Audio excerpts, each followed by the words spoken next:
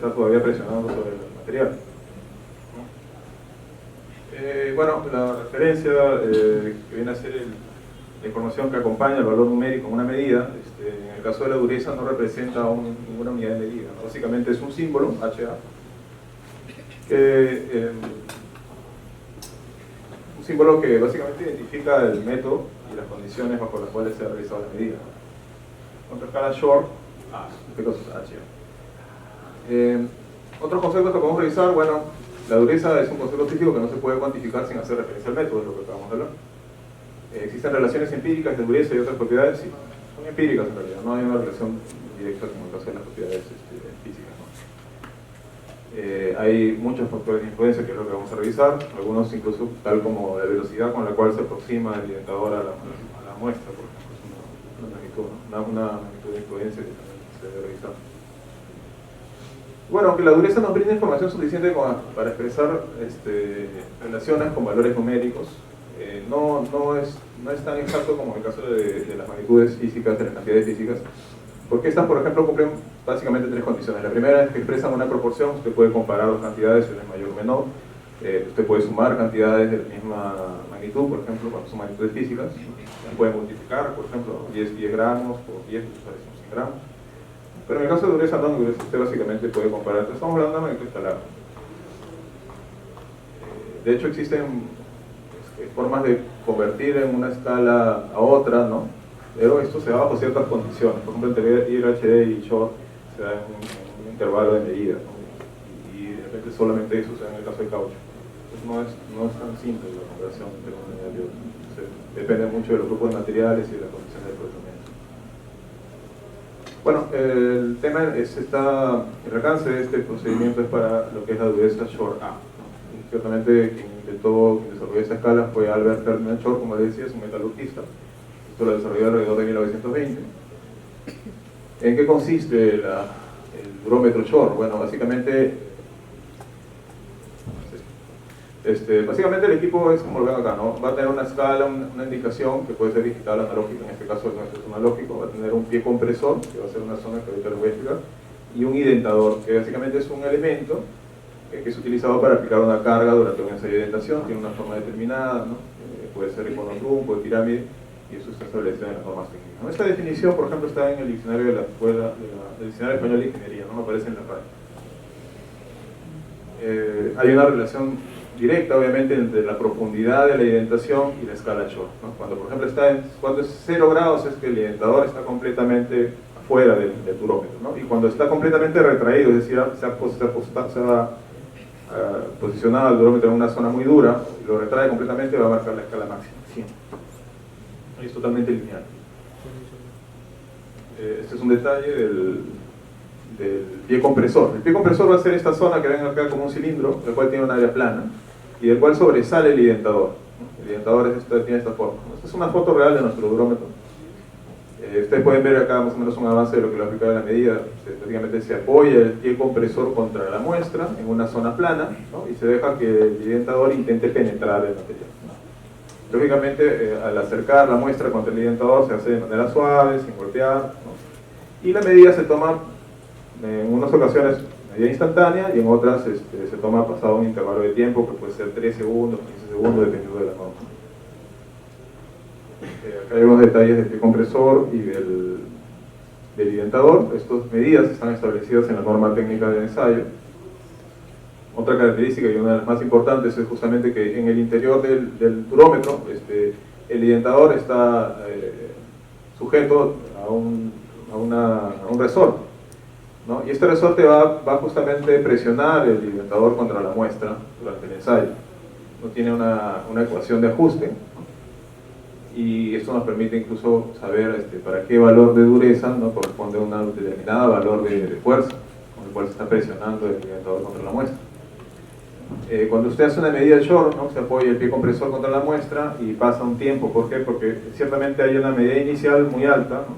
Producto justamente de que existe una fuerza que tiene que vencer una fuerza, digamos, inicial, ¿no?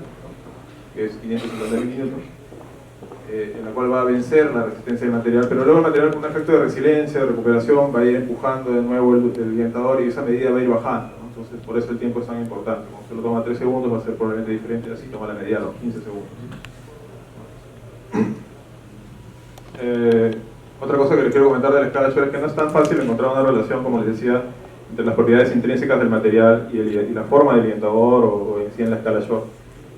Por ejemplo, cuando existe información que he podido verificar en la cual se puede modelar, por ejemplo, si el punzón fuera como un cono trunco, tiene una ecuación diferente a si fuera un punzón cilíndrico, y eso es lo que se da durante la medida, se van a dar estas dos condiciones. Felizmente, la misma publicación nos da una salida, nos da una ecuación ya desarrollada en la cual relaciona la medida Shor directamente con la geometría del orientador, con el módulo de Young, ¿no? Con el coeficiente de Poisson y con la longitud penetrada del orientador y todas las demás características, ¿no? De esta información nosotros podemos, por ejemplo, sacar una ecuación un poco más sencilla considerando de que una vez hecha la orientación pase del área del cono trunco ya tiene una forma cilíndrica, ¿no? Es decir, el área de contacto ya no va a corresponder a un cono, sino se va a volver un punzón cilíndrico. Y esto ocurre a partir de los 30 grados Shor. Entonces, para efectos de simplificar el cálculo, estoy considerando un modelo el cual se debe a partir de ese valor, es decir, 30 grados Shor por arriba. Entonces ya me evito un poquito desarrollar esta ecuación y tomar en cuenta muchas más variables. Además que la mayoría de muestras que nos llegan por lo general están por arriba, están alrededor de 40, 60, 50, casi nunca, muy poco medimos valores tan blandos en nuestro laboratorio. Y de paso, la norma recomienda incluso que para valores inferiores a 20 grados Shor, esta medida ya se pase a otra escala, incluso más, que permita hacer una medida mejor.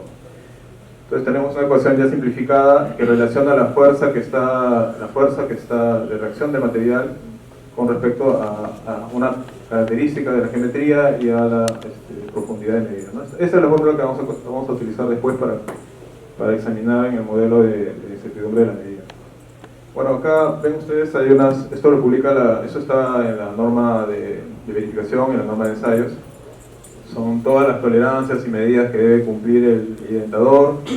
También existe una masa que se debe aplicar sobre el durómetro cuando se aplica cuando se apoya el pie compresor, también se puede controlar esto. Es tolerancia respecto a la profundidad de la orientación, tolerancia respecto a la calibración del resorte, ¿no? Entonces todo esto es lo que va a corresponder, verificar todo esto es lo que va a corresponder a lo que la norma ha definido como calibración. Bueno, algo más que les puedo comentar acerca de la preparación de la probeta, ¿no? Pues es una preparación manual. Probablemente hay equipos que puedan hacer esta preparación de manera más eficiente, pero bueno, en nuestro caso hacemos una preparación manual, la cual tratamos de lograr superficies planas en las áreas donde se va a hacer la medida y donde se va a hacer el apoyo, y también debemos lograr que haya paralelismo. Y esto, hacerlo manualmente, es trabajoso, puede tomar un regular tiempo. Acá ustedes pueden ver cómo se hace una medida. Este es básicamente un soporte rígido en el cual se ha montado el durómetro. Pueden ver acá la masa que les decía, que es la que establece la fuerza con la cual se va a apoyar el pie compresor contra la muestra. Y pueden ver que tiene una plataforma la cual se va a elevar con ayuda de esta volante y va a hacer que el durómetro entre en contacto firme contra la muestra, ¿no? Este es básicamente el sistema que nosotros tenemos. Ahora hay durómetro de mano. Claro, el durómetro de mano no va a asegurar justamente la fuerza con la cual se apoya el pie compresor, y eso también es una magnitud de influencia. Y entre otras cosas, ¿no? Podría ocurrir también que incluso no haya una debida alineamiento. Incluso. Bueno, nosotros, como les decía, ofrecemos este ensayo y también contamos con los bloques patrón de caucho con los cuales podemos hacer una verificación, y también con un instrumento de diseño exclusivo de la misma marca, incluso el durómetro, con el cual podemos hacer el ajuste del resorte del durómetro. Sin embargo, bueno, también les había comentado un poco esto, que son las tolerancias, que las normas técnicas de calzado establecen estas especificaciones tanto para los materiales de caucho, y así como para las tapillas, ¿no? Incluso hay ensayos que se evalúan en función al cambio de la dureza, ¿no? Por ejemplo, hay un ensayo de resistencia a los hidrocarburos en los calzados, el cual se evalúa que sometida a la exposición con hidrocarburos, la dureza no varía en más de 10 grados Shor para considerar que la muestra está. Bueno, ya entramos a la parte 2, que es el proceso de calibración del durómetro, ¿no? Esto fue publicado en 2018, junto con un conjunto de normas que establecen la mayoría de los procedimientos de medida por orientación. Básicamente, las normas para la dureza Shor son diversas, ¿no? Nosotros trabajamos principalmente con esta, que es la ISO 868. Como pueden ver, el comité plásticos y bonita es el cáncer. La norma que nos manda sin embargo, este de acá solamente presenta la calibración del durómetro como único requisito de aseguramiento dentro de la misma norma de ensayo. En cambio, esta norma que hace el mismo procedimiento, solamente que el alcance le dice que es para caucho. Bueno, esta norma sí nos dice que para la calibración y verificación debemos usar la ISO 489. Hay otras normas técnicas también, como les digo, el método es el mismo, varían ciertas condiciones, como por ejemplo el tiempo de constante, etc. Entonces la ISO 48-4, que es la norma que les estaba comentando, establece en el apartado 10.1 respecto a la calibración, ¿no? Dice: el instrumento puede ser calibrado regularmente usando instrumentos adecuados para medir fuerza, profundidad e indentación y geometría del indentador de acuerdo a la norma ISO 48-9. En realidad, al final nos damos cuenta que es una verificación, ¿no? Porque, bueno, si va a hacerse una calibración se debería contar con materiales de referencia o de repente con un patrón, ¿no?, de dureza, ¿no? Pero en este caso el método ISO 48-4, la ISO 48-9 establece como calibración esta evaluación de la conformidad del instrumento, ¿no? Y también menciona que para la verificación se utilizan bloques de caucho, ¿no?, que es lo que también contamos.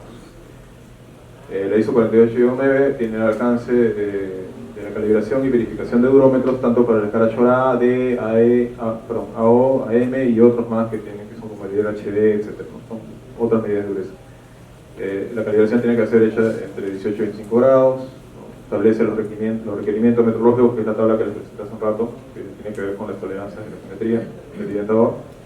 Y luego recomienda qué instrumentos se deben utilizar para la calibración de estas magnitudes que les comentaba, ¿no? Por ejemplo, para la geometría del identador, por ejemplo, recomienda principalmente un microscopio o un proyector de ángulos. Para la geometría del pie compresor, ¿no?, que es esta zona cilíndrica, bueno, recomienda el uso de un pie RI. Para la profundidad de indentación, ¿no?, que es decir, medir la extensión del identador respecto a la escala Shor, ¿no? Bueno, ahí menciona de que se debería utilizar, por ejemplo, un elemento que pueda comprimir y medir esa extensión en todo el rango, de 0 a 2,5 milímetros, que es el rango de trabajo de ese identador, y que se puede contar con instrumentos, por ejemplo, con un micrómetro, ¿no? Pero alternativamente dice que el desplazamiento del identador se puede dar de manera escalonada comparándolo con distancias conocidas, ¿no?, y que esta debe ser hecha por lo menos en 4 puntos, ¿no?, incluyendo el valor 0 y el valor 5. De esto es que me apoyo justamente para el procedimiento. Vamos a hacerlo de esta manera, con valores escalonados. También habla acerca de la fuerza del pie compresor contra la muestra. En este caso solamente recomienda que se verifique en el caso de cierto tipo de dureza que no es la Shor A. Y para la fuerza del resorte, igual establece que puede ser utilizado un instrumento, un dispositivo, el cual debe tener un rango de 0,9 newtons, ¿no?, donde se pueda colocar el instrumento, el durómetro, y se pueda realizar un desplazamiento del durómetro, ¿no? Y se deben realizar 10 valores, dice, ¿no?, de manera también escalonada, pero la norma permite que por lo menos se puedan hacer 3, recomiendo. En el mismo punto, la norma dice que se puede usar una balanza, y que para ese caso básicamente hagamos la conversión de valores de masa a fuerza utilizando una ecuación muy simplificada, ¿no?, que es la masa por la gravedad. Para esto el valor de gravedad puede ser el valor de gravedad que recomienda la norma, o en el caso nuestro hemos usado un valor de gravedad local desarrollado por una publicación en Turing que ya es bastante conocida. Entonces, bueno, eso es en cuanto a la norma técnica, eso es en cuanto al procedimiento como lo establece la ISO 48-9. Ahora les voy a presentar un poco cómo lo vamos a hacer nosotros, ¿no? Entonces vamos a verificar esto, cómo lo hemos hecho, ¿no? La primera parte es la geometría del identador y del pie compresor. Esto realmente son medidas que de momento no podemos hacer. De hecho, pueden ser hechas con un microscopio de metrología, un proyector de ángulos. En caso no se cuenta con estos elementos, bueno, se podría mandar a calibrar, ¿no? Realmente acá nos hace ese servicio. Nosotros mandamos nuestro durómetro y ellos hacen la verificación de esas tolerancias. Entonces, por ese lado no vamos a aplicar nosotros por ahora. Como les decía, se usa un microscopio de metrología.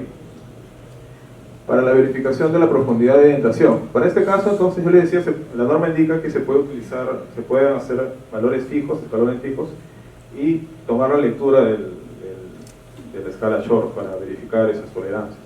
Pero nosotros lo vamos a hacer con ayuda de, justamente esos pasos fijos lo vamos a desarrollar de esta manera. Para la medida de 0 grados, y para la medida de 100 grados, que básicamente corresponde a introducir el identador completamente en el durómetro, vamos a usar una pieza de vidrio templado, plana.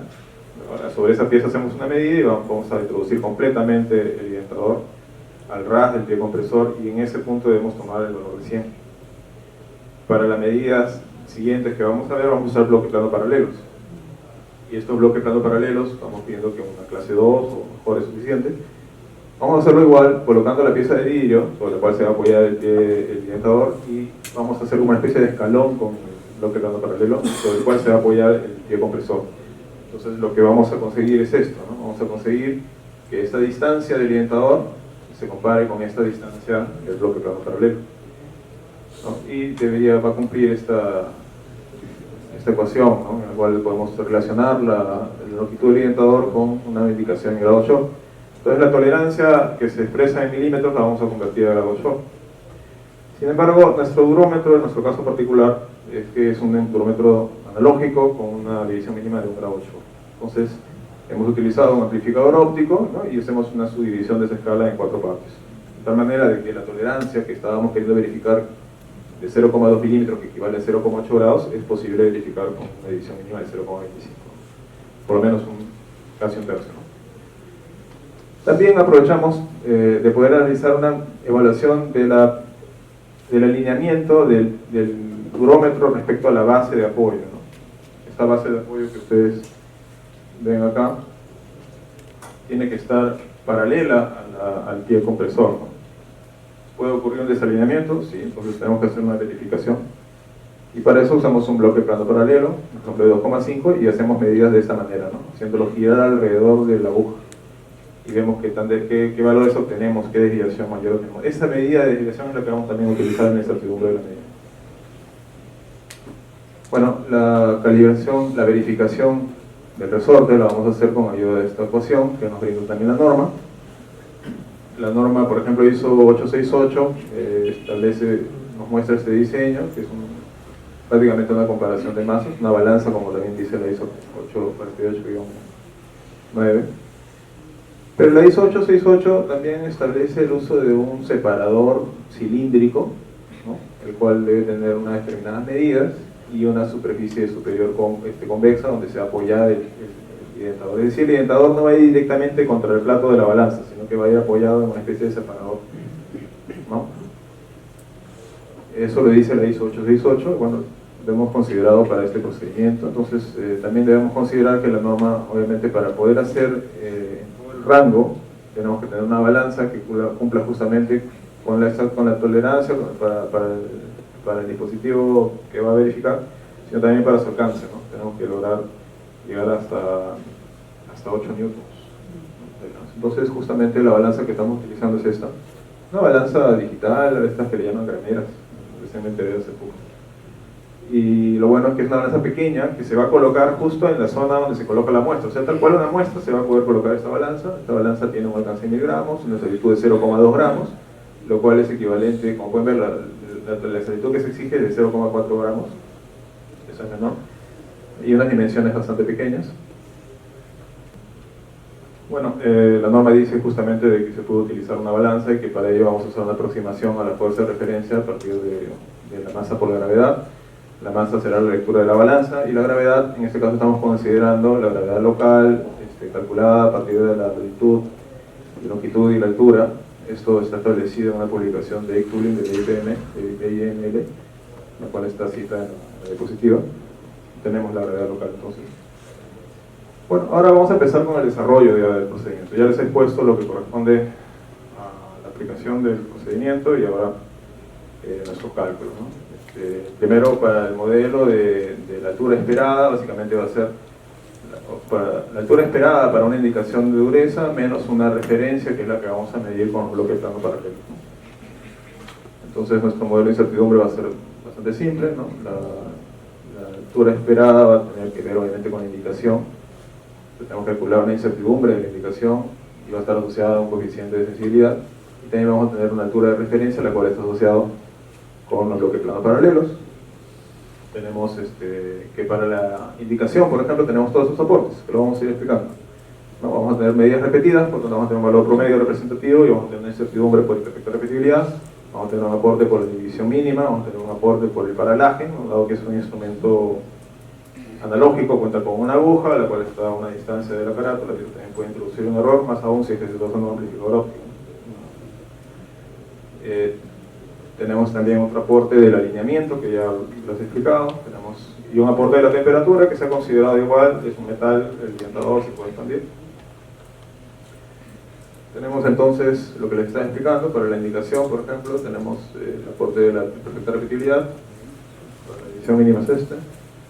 Para el paralaje, como ustedes comprenderán, primero se necesita obtener una distancia entre la aguja y la carátula y considerar un ángulo máximo de desviación entre digamos, la distancia ideal, la dirección ideal que debe tener el que lee la carátula, ¿no? Cuál es el ángulo máximo que se va a desviar. Entonces puede calcular este error, esta incertidumbre de esta manera, ¿no? Considerando este error que está en el denominador, el numerador, y se divide entre 3 asumiendo que es una distribución de probabilidad uniforme. Respecto al alineamiento, como les decía, se va a calcular utilizando el error encontrado en esta verificación, ¿no? Igual considerando una distribución de probabilidad uniforme, es decir, se va a dividir entre la raíz de 3. Para la temperatura vamos a usar la referencia de la PC014, que es el procedimiento de calibración de comparadores de cuadrantes, ¿no? En la cual establece cómo se hace ese cálculo. Y también vamos a considerar un valor para el alcance máximo, ¿no? Que es 2,5 milímetros, la longitud de la pieza metálica que sería todo. Para la altura de referencia, esto es respecto a la altura a la esperada, ¿no? Es decir, la esperada por una indicación. Ahora, para la altura de la referencia, básicamente es la incertidumbre propia certificada del bloque plano paralelo y dividido entre el factor de expansión y una incertidumbre igualmente por expansión térmica, ¿no? Que se va a sumar dependiendo del número de bloques que utilicemos. Por ejemplo, para el caso de vamos a tener bloques de 2 milímetros, de medio milímetro, de 1 milímetro, para 2,5 vamos a utilizar 2 bloques, porque es una sumatoria. Bueno, esto es en cuanto al modelo de incertidumbre para la verificación de la profundidad o de la altura del orientador. Para la fuerza, vamos a usar un modelo similar. Va a haber una fuerza esperada para una determinada indicación y va a haber una fuerza de referencia. El modelo de incertidumbre va a ser este. Igual vamos a usar la indicación que ya hemos calculado. La indicación va a ser la misma tanto para profundidad como para fuerza, no van a tener las mismas componentes de incertidumbre, solo que en este caso obviamente va a haber un coeficiente de sensibilidad distinto, ¿no? Son ecuaciones distintas. Y para la referencia, por ejemplo, vamos a tener ya este modelo que, como les decía, es la indicación de la balanza por la gravedad. Entonces la gravedad, también la misma publicación establece cuál es la incertidumbre que tiene esta ecuación, este cálculo de la gravedad local. Y para la indicación de la masa, básicamente va a ser la incertidumbre de la balanza entre su factor de expansión, y hemos considerado un aporte más que es la resolución. Tal vez eso es lo mínimo que estamos considerando para la indicación de la masa de referencia. Entonces, bueno, los coeficientes de sensibilidad salen de la misma fórmula, ¿no? En este caso no se evaluó histéresis, por ejemplo, del resorte, se podría haber hecho una evaluación. Porque, claro, en el caso de la dureza usted tiene una medida inicial alta y luego esta va a ir bajando, como le decía, en función de cómo va recuperando el material. Entonces sería conveniente evaluar la histéresis. Bueno, este es el modelo para la incertidumbre de una medida de dureza. Básicamente se va a considerar la indicación del durómetro, ¿no? Una corrección, un error probable por efectos del ajuste del resorte. Acá interviene ya la geometría por fin, ¿no? Un efecto de desalineación de la probeta, que no es el mismo que hemos visto de la desalineación del pie compresor, ¿no? Y un efecto del tiempo de lectura.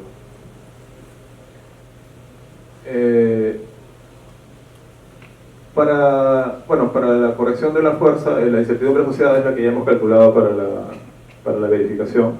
Vamos a considerar la misma. Para la geometría, entonces vamos a usar la ecuación simplificada que les había comentado, en la cual básicamente está relacionada con la diferencia entre una altura inicial y la altura para la medida correspondiente. C, que va a ser el diámetro mayor del pie compresor, del identador, perdón. El valor de E, que va a corresponder a un valor de coeficiente de Poisson y a un valor de módulo de Young, ¿no?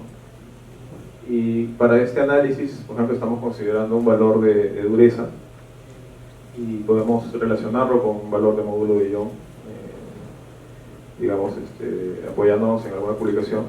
Para el caso de del coeficiente de Poisson estamos considerando un material isotrópico elástico perfectamente incompresible. En este caso el valor máximo que va a cumplir va a ser 0,5. Como dice, dando los valores máximos, ¿no? Para ver cuánto influencia realmente todo esto, ¿no? Para el análisis.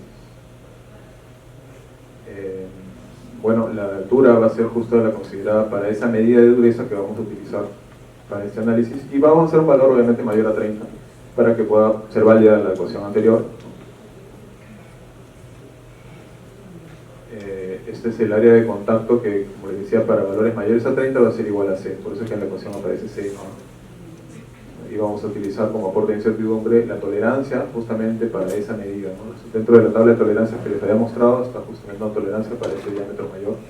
Bueno, vamos a utilizar ese valor, la mitad de ese valor para como aporte de incertidumbre o posible variación que pueda sufrir.